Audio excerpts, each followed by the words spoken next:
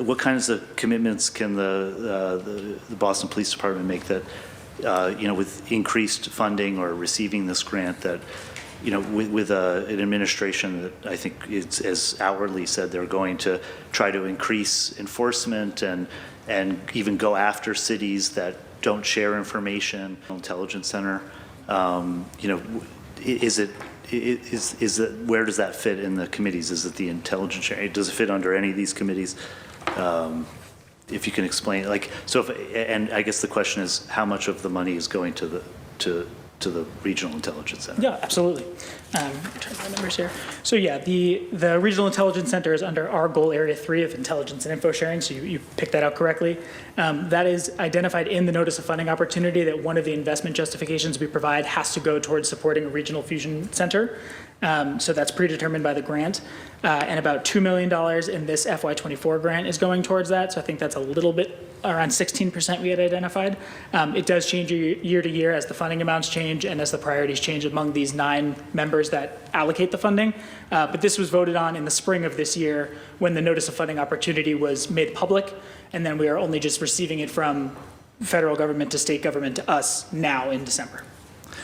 Okay, and I guess, I think my concern is, and we've passed a resolution in this council reaffirming the Boston Trust Act, and that money is going into something that might go against that mission, I guess. So, what kinds of commitments can the Boston Police Department make that, with increased funding or receiving this grant, that, with an administration that I think it's, as outwardly said, they're going to try to increase enforcement and even go after cities that don't share information, what we're going to do to make sure that money is not used to, aid immigration actions.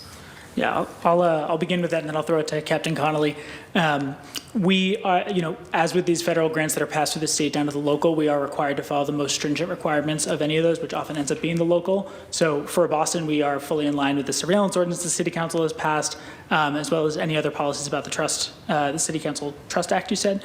But I will defer to Captain Connolly for more specifics. Well, thank you. It's a really tough question, right? And I think that in addition to the Surveillance Act and the Trust Act, that we meet and have these conversations as well, right? And you put us on our toes and what we need to do and what we don't need to do as far as, what's best for the community. So in the spirit of community policing, we work for you, right? And that's why we're here to answer these questions, So I think this organization here, right, this council will enforce exactly what will be spent and what it won't be spent on. Okay.